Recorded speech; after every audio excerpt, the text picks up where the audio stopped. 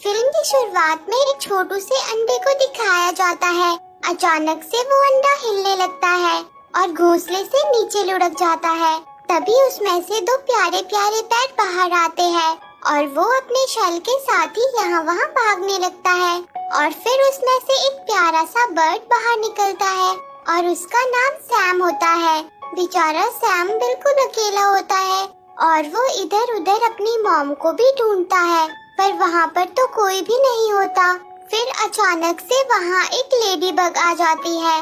वो देखती है कि सैम बिल्कुल अकेला है, तो वो बेचारी प्यारी सी लेडी बग सैम की देखभाल करने का डिसाइड करती है। अब कई दिन बीत जाते हैं और बेबी सैम भी बड़ा हो गया होता है, पर वो आज तक उस जगह से बाहर नहीं गया था जहाँ वो लेडी बग के साथ रहता था। इसलिए वो अब बाहर जाने से बहुत डरता था। पर लेडी बग चाहती थी कि सैम बाहर की दुनिया देखे और वो एक स्ट्रॉन्ग बर्ड बने, पर सैम वहाँ से बाहर आने की हिम्मत नहीं कर पाता था। दूसरी ओर एक और बर्ड्स के ग्रुप को दिखाया जाता है। वहाँ पर डेल्फ नाम की बर्ड दूसरे छोटे बर्ड्स को बेसिक चीजें सिखा रही होती है। फिर डेल्फ के डैड डेरियस को दिखाया जाता है। वो लोग बहुत जल्द अफ्रीका के लिए निकलने वाले थे ताकि सर्दियों में वो वहाँ आराम से रह सके। बस वो एक ही बात से घबराते थे कि कहीं जर्नी के दौरान आयरन बर्ड्स उन पर हमला न कर दे। पर ये आयरन बर्ड्स और कोई नहीं एरोप्लेन थे और वो बेचारे उन्हें ताकतवर बर्ड समझते थे और अपने लिए उन्हें खतरा मानते थे। उसी बर्ड ग्रुप में कार्ल भी था। कार्ल आने वाले समय में इस ग्रुप को लीड करने वाला था क्योंकि वो डेरियस का नेफ्यू था। दूसरी तरफ सैम और लेडीबग एक बीच से खेल रहे होते हैं। तभी लेडीबग जानबूझकर उस बीज को दूर फेंक देती है और खुद घायल होने का नाटक करती है ताकि बीज को लेने के लिए सैम को बाहर जाना पड़े। पर सैम बीज को बाहर देखकर लेडीबग से कहता है कि हम कोई दूसरी गेम खेल लेते हैं, पर लेडीबग उसे डांट देती है और बीज को लाने को कहती है। अब सैम के पास दूसरा कोई रास्ता नहीं बचता और वो डरते हुए वहाँ से बाहर आकर बीज को ढूंढने लगता है। लेडीबग भी चुपके चुपके उसके पीछे उसके साथ ही रहती है ताकि वो उसका ख्याल रख सके। फिर डेरियस को दिखाया जाता है। डेरियस इस सोच में डूबा होता है कि कैसे वो जर्नी के दौरान अपने ग्रुप को आयरन बर्ड से सेव कर सकेगा। पर तभी एक जंगली बिल्ली उस पर हमला कर देती है और वो डेरियस को घायल कर देती है। डेरियस घायल होने की वजह से उड़ नहीं पाता और भागते हुए आगे बढ़ता है, पर तभी उसके पीछे बहुत सारी जंगली बिल्लियाँ पड़ जाती है। किसी तरह डेरियस उनसे बचकर एक टूटे हुए घर में पहुंच जाता है। सैम भी वहाँ अपने बीज को ढूंढ रहा होता है, पर वो डेरियस की आवाज सुनकर घबरा जाता है और वहाँ से भागने लगता है। पर तभी डेरियस दर्द में उसे आवाज लगाता है। पहले तो सैम डेरियस को डर की वजह से इग्नोर करने लगता है, लेकिन डेरियस को दर्द में देखकर वो उसके पास आ जाता है और उसकी मदद करने लगता है। पर डेरियस ये बात समझ गया था कि अब उसका आखिरी समय आ गया है, इसलिए वो सैम को अपने परिवार और ग्रुप के बारे में बताता है। वो उसे बताता है कि तुम्हें कार्ल को बताना होगा कि इस बार तुम नए रास्ते से अफ्रीका जाना, और वो सैम को नए रास्ते की इन्फॉर्मेशन भी देता है। और वो सैम से कहता है कि मेरे ग्रुप का वहाँ जाना बहुत जरूरी है, नहीं तो सर्दियों में वो सब मारे जाएंगे। पर सैम इतनी सारी इन्फॉर्मेशन से कंफ्यूज हो जाता है। तभी डेरियस को ढूंढते हुए उसका बर्ड ग्रुप भी वहाँ आ जाता है। डेल्फ जैसे ही अपने डैड के पास आती है तो डेरियस उससे कहता है कि जैसे वो येलो बर्ड कहे वैसा करना, और तभी उसकी मौत हो जाती है। डेल्फ को रोते हुए देखकर उसका दोस्त विली उसे चुप कराने की कोशिश करता है। सैम ये सब देखकर उदास होकर वहाँ से जाने लगता है। तभी कार्ल उसे रोक लेता है और उससे पूछता है कि आखिर डेरियस ने तुमसे क्या कहा था। पर तभी लेडीबग वहाँ आती है और कार्ल को बताती है कि डेरियस ने सैम को अफ्रीका जाने का नया रास्ता बताया है और अब वही है जो तुम्हें सेफली वहाँ पहुँचा सकता है, और अगर तुम अफ्रीका पुराने रास्ते से जाओगे तो आयरन बर्ड्स तुम्हें मार डालेंगे। पर कार्ल सैम से चिढ़ जाता है और वो उसे अपने ग्रुप के लीडर के काबिल नहीं समझता, क्योंकि डेरियस के बाद वो लीडर बनने वाला था। पर सैम की वजह से ऐसा नहीं हो सका। वही सैम लेडीबग की बातें सुनकर कंफ्यूज हो जाता है।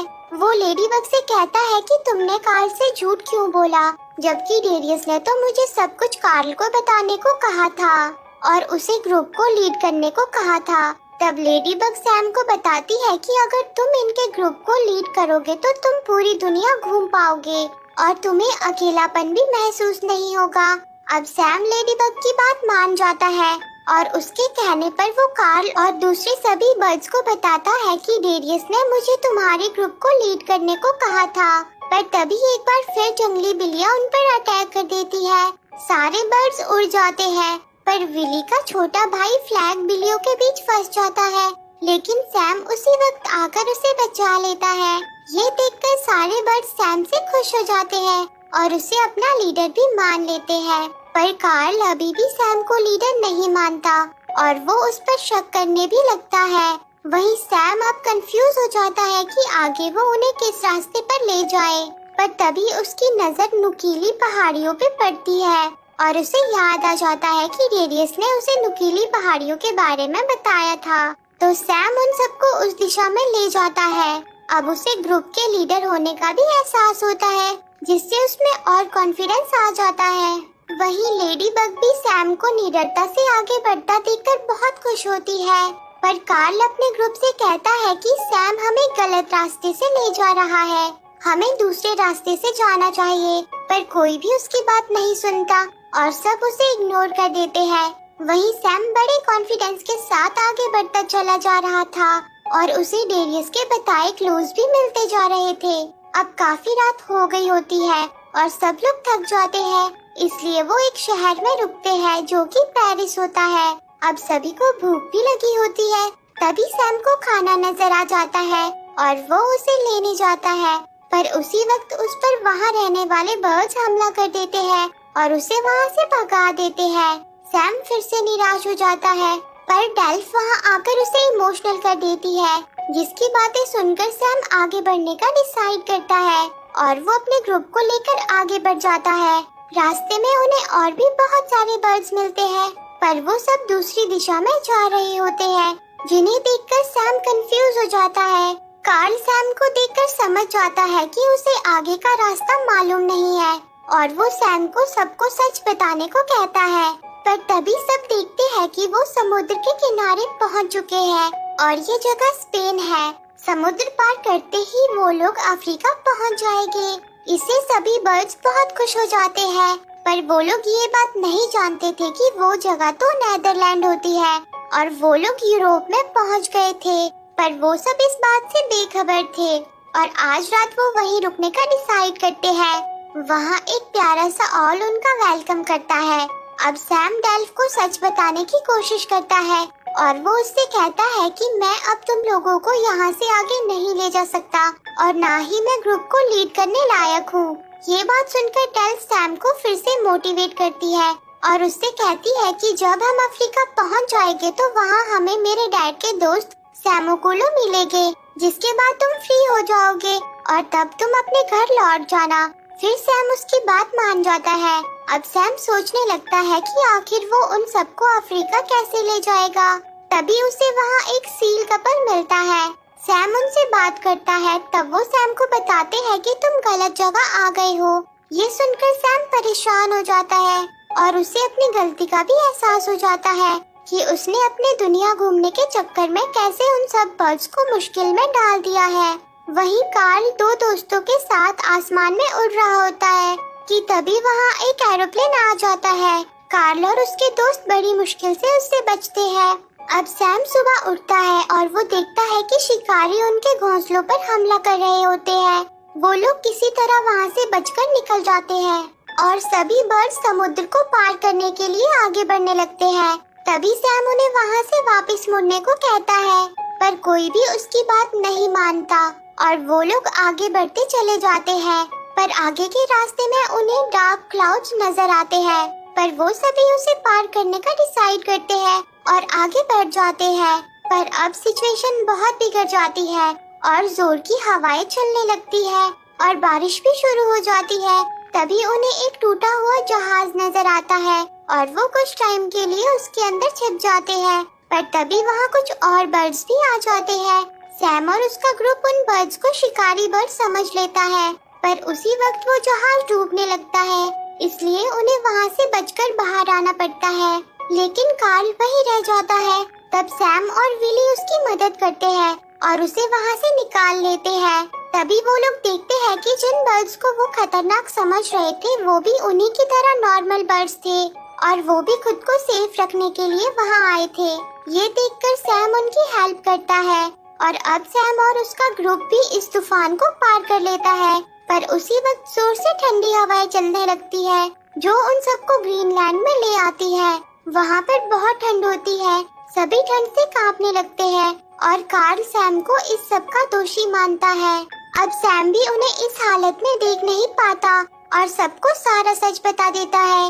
ये सुनकर डेल्फ उससे नाराज हो जाती है, जिसे देखकर सैम निराश होकर वहाँ से जाने लगता है। पर तभी उसे लेडीबग का विजन आता है, जिसकी हेल्प से उसे वहाँ से निकलने का आइडिया मिल जाता है। अब सैम सबके पास वापस लौट आता है और उन्हें एरोप्लेन के पास ले जाता है और उन्हें बताता है कि ये कोई आयरन बर्ड्स नहीं है, ये तो एरोप्लेन्स है जिसमें बैठकर इंसान एक जगह से दूसरी जगह जाते हैं।